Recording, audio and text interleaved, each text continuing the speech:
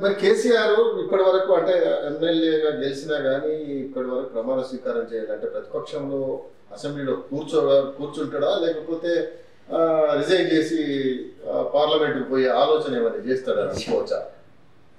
పోతాడని కూడా అనుకోలేదు. ఎందుకంటే ఆయన మొండి ఘటం, మొండి ఘటం. ఎవరిని ఎట్లా చూడాలి, నేను ఓడిపోయి ముఖ్యమంత్రిగా ఒక అనే దాని స్థితిలోనే అడిగోలే. కానీ ఈ పార్లమెంట్ కూడా పోటీ చేసింది అనుకో, పోటీ చేస్తే మరి పార్లమెంట్కి ఓడిపోతుంది. అంటే డబ్బున ఈ జనము ఇవాళ మనం అంచనా వేసుకో లేదు, పార్లమెంట్ కూడా ఓడిపోతుంది. ఇప్పుడు వీళ్ళను కొడుకును అల్లుడిని బిడ్డను అయితే ఆయన చేతిలో కూడా వీళ్ళు ఉన్నారని అనుకుంటలేదు, ఆయన చేతిలో కూడా వీళ్ళు ఉన్నారని అనుకుంటలేదు. అంటే ఇప్పుడు బీఆర్ఎస్ పార్టీ కేసీఆర్ చేతిలో లేదు కదా, ఉన్నదని అనిపించలేదు. ఎందుకంటే కేసీఆర్ నడుపు విధానం వేరే నడుపుతాడు, తొక్కరు కావచ్చు. ఇప్పుడుగా ఈటల లాంటి నా లాంటి మేము ఏం పాపం చేసినా బయటకి ఎంత సేవ చేసినాం, ఎంత సర్వీస్ చేసినాం, మాట వంటలను ఇబ్బంది పెట్టింది, అది వేరే వచ్చారు. కానీ ఇబ్బంది పెట్టినా ఆయన విధానం వేరే తిరుగుతుంది. ఈ బీఆర్ఎస్ ఈయన చేతిలో ఉన్నదని అనిపించలేదు, కేసీఆర్ చేతులు లేదు అనిపించలేదు. ఓకే, అంటే ఇప్పుడు ఎంపీగా పోటీ చేసే అవకాశాలు అయితే కనిపించవు. కేసీఆర్ డబ్బున ఊడిపోతే ఎట్లా అని అనుకుంటాడు, భయపడతాడు. సుమా ఆయనకి ఎంతైతే వ్యూహకర్తో అంత భయంలో కూడా అట్లే ఉంటాడు. ఎందుకంటే నేను ఆయన దగ్గర చూసినాను, బాగా భయపడతాడు. కానీ భయానికి అనిపించింది, తెలివి ఏంటంటే భయానికి అనిపించింది. ఇప్పుడు ఆయనకు తొంటి ఇరిగి హాస్పిటల్లో పడ్డాడు. చాలా మంది నాయకులు సీఎం రేవంత్ రెడ్డి తర్వాత బీజేపీ వాళ్ళు ఎవరు పోలేదు. ఒక రాష్ట్ర మాజీ ముఖ్యమంత్రి 9.5 సంవత్సరాలు పరిపాలించాడు, బీజేపీ వాళ్ళు పోలేదు, చాలా మంది పోయి పరామర్శించారు. మరి నీకు రాజన్న అని పిలిచి మంచిగా సిట్టింగ్ చేయించే మరి కేసీఆర్ పడితే నీకు అంత ఆప్త మిత్రుడే కదా, మీరెందుకు వెళ్ళలేదు? పోకపోవడైతే నాది కొంత బాధే, కానీ పోతే ఆయన చూసి ఏడుతా కావచ్చు. నిజంగా చెప్తాను, నేను మనసున్నది, నేను ఏడుతా కావచ్చు ఆయన చూసి. సరే వాళ్ళు నన్ను ఆదరిస్తారా, దగ్గరికి రానిస్తారా, రానియరా అని మీమాంసంలో కూడా నేను పోలేదు, మీమాంసం కూడా పోలేదు. ఓసారి వాళ్ళు ఇష్టం లేదని ముఖం చూస్తాను ఎంత ఉన్నారు. ఇప్పుడు రేవంత్ రెడ్డి వచ్చింది కానీ ఈయన అక్కడికి పోయేంత లేదా, చక్రాల కుర్చీ మీద పోకపోయినాడు. ఇప్పుడు తిరగనైతే తిరుగుతుంది కదా, చక్రాల కుర్చీ మీద పోకపోయినాడు అంటాను. శాసనసభకు పోకపోయాడు, అది దీవించకపోయాడు. రేవంత్ రెడ్డి దీవించేమో ఏమో నేను కూడా గౌరవిస్తాను కదా. మన ఒక ఛానల్ ఇంటర్వ్యూలో ఆయనకు విజ్ఞునిగా చూస్తున్నా అని చెప్పేసి అన్నాడు. అవును, ఇప్పుడు అంత గౌరవించినప్పుడు మామూలు తెలివితేటలు ఉన్నోడైతే కాదా. ఇవాళ తెలంగాణలో చెన్నారెడ్డి తర్వాత తదనంతరం కనిపించే పెద్ద మనుషులలో ఒకడు, వ్యూహకర్త, ఆరితేరిన తంత్రగాడు. మంత్రం రాదు కావచ్చు, కానీ ఆయనకు వచ్చినంత తంత్రం వెనక్కి రాదు కదా. తంత్రం మారలేదు, వేరే తంత్రం ప్రజలు గ్రహించేబడిగా కొట్టుకుపోయాడు తప్ప ఈ లీడర్లు ఆయన ఓడిపోతారు. లీడర్లు ఎవడారు అనుకున్నాడు అంటారు. ఏ లీడరు ఏ పార్టీ అనుకోలేదు, వాళ్ళు రారు అని. నిజంగా పోవాలి అనేది నాకుండే, గుర్తు చేసింది కూడా నిజమే. నేను చాలా బాధపడ్డా, కానీ అంతకంటే ముందుగాల నేను హరీష్ ఫోన్ చేస్తే లావట్లేదు, అంతకంటే ముందుగాల నేను కేటీఆర్ ఫోన్ చేస్తే లావట్లేదు, అంతకంటే ముందుగాల నేను సంతోష్ ఫోన్ చేస్తే లావట్లేదు. కానీ వీళ్ళు లావడతలేరు అంటే నన్ను రానియరు అన్నట్టే కదా. నిజంగా నేను బాధపడ్డాను, అమ్మతోడు నేను బాధపడ్డాను. ఒట్టు నేను చెప్తాను, నేను ఆయన చూస్తే మాత్రం ఏడుతా. అరే ఆయన ఓటమి కాదు, ఆయన ఓటమిని కూడా నేను జీర్ణించుకోలేను. ఎందుకంటే మామూలు దగ్గరగా చూడలేదు, నన్ను ప్రేమతో చూసిండు. సరే రాజకీయంగా ఆయన ఏదైనా చెప్తే నేను ఐదును చేయలేదు, చేయలేదా ఆయన ఇష్టం, అది వేరే ప్రశ్నించాలి. ఎందుకంటే అక్కరామం చేసిండు, సర్వీస్ చేసినాం, మేము పుట్టాడు చాకరీ చేసినాం, కానీ అది అనుమానం అంచుకోలేదు. కానీ ఎందుకు కేటీఆర్ అంతా ఇంకా మేము ఇంకా ఒక సంవత్సరం ఓపిక పట్టండి ఇక మీ పని కథం అవుతుంది అని కాంగ్రెస్ కు వార్నింగ్ చేయడం, తర్వాత సీఎం పదవి చాలా చిన్నది, కేసీఆర్ అంటేనే పవర్ఫుల్, ఇటువంటి వ్యాఖ్యలు ఏమనుకోవాలి, ఎట్లా అనుకోవాలి, ఎట్లా చూడవచ్చు?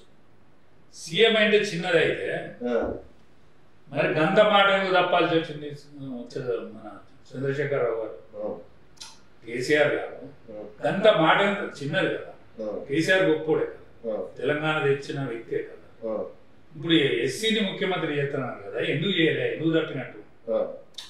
నేను దళితుడినే ముఖ్యమంత్రి చేస్తాను కదా, దళితుడిని ముఖ్యమంత్రి చేస్తే ఏమైంది ఈయనకు? అది చిన్న పోస్టే అయినప్పుడు ఏమైంది? కానీ కేటీఆర్ ఒకటి అనుకుంటాడు, తమిళనాడులో డిఎంకే పార్టీ బతికినట్టు స్టాలిన్ ఒకప్పుడు వచ్చి రాజకీయ వ్యవస్థలో మళ్ళా ముఖ్యమంత్రి అయినట్టుగా ఆయనకు కూడా అవకాశం వస్తుందని భ్రమపడతాడు అనేది నా అభిప్రాయం. ఎందుకంటే ఇక్కడ జాతీయ పార్టీ, అక్కడ తమిళనాడులో రెండు ప్రాంతీయ పార్టీల మధ్య ఉన్న తగాదాలనే జాతీయ పార్టీల మనుగడ అక్కడ కాలేదు. ఇవాళ కాంగ్రెస్ పార్టీ లేదనుకున్నాం, 10 ఏళ్ళు కనిపించలేదు కాంగ్రెస్ పార్టీ వచ్చి. ఇవాళ ఎక్కువనో ఉన్న అడుగున ఉన్న బీజేపీ 4 పార్లమెంట్ సీట్లు ఉన్నాయి, 8 అసెంబ్లీలు, 14% ఓటు పరిస్థితి. ఆ 14 24 30 పోయింది అనుకో, అయిపోతుంది కదా అంటారా? అంటే వీళ్ళిద్దరి మధ్యనే తగాదు ఉంటుంది కదా. రేపు పార్లమెంట్ ఎన్నికలలో వాళ్ళకు 7-8 వీళ్ళు 7-8 గెలిచిండ్రనుకో, మీరు 2 ఓటో గెలుతారనుకో, అప్పుడు ఎవరి మధ్య లొల్లి ఉంటుంది చెప్పండి? ఇద్దరి మధ్యలో, రెండు జాతీయ పార్టీల మధ్య. అప్పుడు ప్రాంతీయ పార్టీ అయితే పేరు లేకుండా పోతుంది. ఇప్పుడు పెద్ద మనిషి అయితే కూర్చోండి కదా, సరే ఆయనకు మంచో తెడ్డు, ఆయనకుండే పేరు ప్రతిష్ట ఉండొచ్చు, ఆయన కూర్చొని ఉన్నాడు. మీరు టెంపర్మెంట్ ఉన్నది, మీరు ఎవరిని కలుపుకపోయే వ్యవస్థ కనిపించలేదు ఇప్పటికీ. మీ వల్లనే ఇదంతా వ్యవస్థ అంతా నాశనం అయింది, మీ వల్లనే ఎల్లగొట్టిరు. వీళ్ళని తీసుకెళ్తారు మరి అది వరకు. మరి మీరు రానే వచ్చి కూర్చుంటారు, ఆఖరికి ఇప్పుడు నడుపుతారు. కూసేన పార్టీని కూడా, కూసేన దానికి కూడా పీనిగా కూడా బాధ్యంగా మీరే కట్టబడుతుంది. ఓకే, పీనిగకు బాధ్యంగా కూడా ఇంకోని కట్టబెట్టలేదు. ఇది కరెక్టా? ఇప్పుడు కార్యకర్తలంతా ఒక డిమాండ్, టిఆర్ఎస్ పార్టీని బీఆర్ఎస్ గా మార్చడం వల్ల నష్టపోయినాం, మనం తెలంగాణతో పేగుబంధం తెగింది, మనం ఆ సెంటిమెంట్ను పోగొట్టుకున్నాం, కాబట్టి మళ్ళీ టిఆర్ఎస్ గా మార్చమని ఒక డిమాండ్ వస్తున్నది. కడియం శ్రీహరి కూడా ఆ డిమాండ్ చేసింది. వీళ్ళు ఢిల్లీని మొహమ్మద్ బిన్ తుగ్లక్, ఢిల్లీ చివరికి ఉన్నది, శీతోష్ణ స్థితి అతి శీతల ఉంటుంది. ఏ ఎండాకాలంలో బహు ఎండ కొడుతుంది. దానికంటే దౌలతాబాదు మంచుకుంటుంది అని ఆయన ఈ రాజధాని మార్చాడు, దౌలతాబాద్ మార్చాడు. ఆయన కర్మకాలి, దౌలతాబాదే మంచుకుంటు, శీతోష్ణ స్థితి కానీ సమతుల్యత కానీ దేశం మధ్య నుండి శత్రువు దాడి కూడా దూరంగా ఉండి అన్నిటికీ మంచుకుంటు. ఆయన ఎప్పుడు మొదలు పెట్టినాయంటే శీతాకాలంలో మొదలుపెట్టి, చలికాలంలో మొదలుపెట్టి ఆ ఢిల్లీ ఉన్న జనాన్ని ఇక్కడికి దౌలతాబాద్ వచ్చింది. వచ్చినాక ఈ శీతోష్ణ స్థితులు పడక జనం చచ్చుడు మొదలుపెట్టి రోగాలు. ఆయన మళ్ళీ ఏం చేసిందంటే ఈ దౌలతాబాద్ నుంచి ఢిల్లీకి పోమన్నాడు జనాన్ని, మళ్ళీ ఢిల్లీకి మార్చి ఇంకింత మంది తెచ్చారు. అయితే ఆయన నేనేమన్నారంటే పిచ్చి తూపులకు అన్నారు.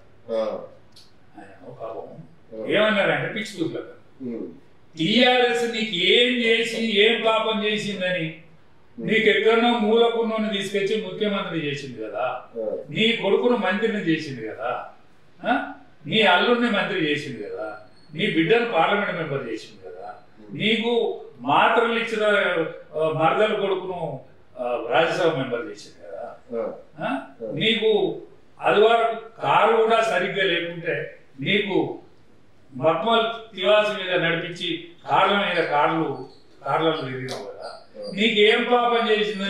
టీఆర్ఎస్ బీఆర్ఎస్ చేసినావు. నువ్వు ఏం చేస్తాను అనుకున్నావు? ఇంకా రాజ్యం చేస్తాను అనుకున్నావు, ఇంకా విస్తరిస్తాను అనుకున్నావు. నువ్వు ఎవరు పిలితే వాడు ఒకసారి వచ్చి మళ్ళీ రెండోసారి పిలిస్తే రాగానే పోయి ఎందుకు బీఆర్ఎస్ చేసినట్టు ఇప్పుడు ఎందుకు టీఆర్ఎస్ చేస్తాను అనుకున్నాడు. కార్యకర్తలు అయితే డిమాండ్ చేస్తున్నారు. కార్యకర్తలు డిమాండ్ చేసి పక్కా చేస్తారు. ఎందుకంటే ఈ పేరు మీద మళ్ళా మన ముఖం ఎవడన్నా చూస్తాడు అని వాళ్ళు ఈ పేరు మీద. కానీ మహమ్మద్ తుగ్లక్ శాస్త్రం అవుతుంది. అది బీఆర్ఎస్ గా ఉండదు. ఇప్పుడు బీఆర్ఎస్ కూసేయండి, దాన్ని టీఆర్ఎస్ చేస్తే బీఆర్ఎస్ నడవది, టీఆర్ఎస్ ఉండదు, అన్ని కూసేది. అంటే వచ్చే ఎన్నికల వరకు పరిస్థితి మారదంటారా? మారదన్న. వచ్చే ఎన్నికల వరకు రెండు జాతీయ పార్టీల మధ్య లడాయి అంతే. రెండు బీఆర్ఎస్ భవిష్యత్తు శూన్యమవుతుంది. బీఆర్ఎస్ భవిష్యత్తు శూన్యమవుతుంది.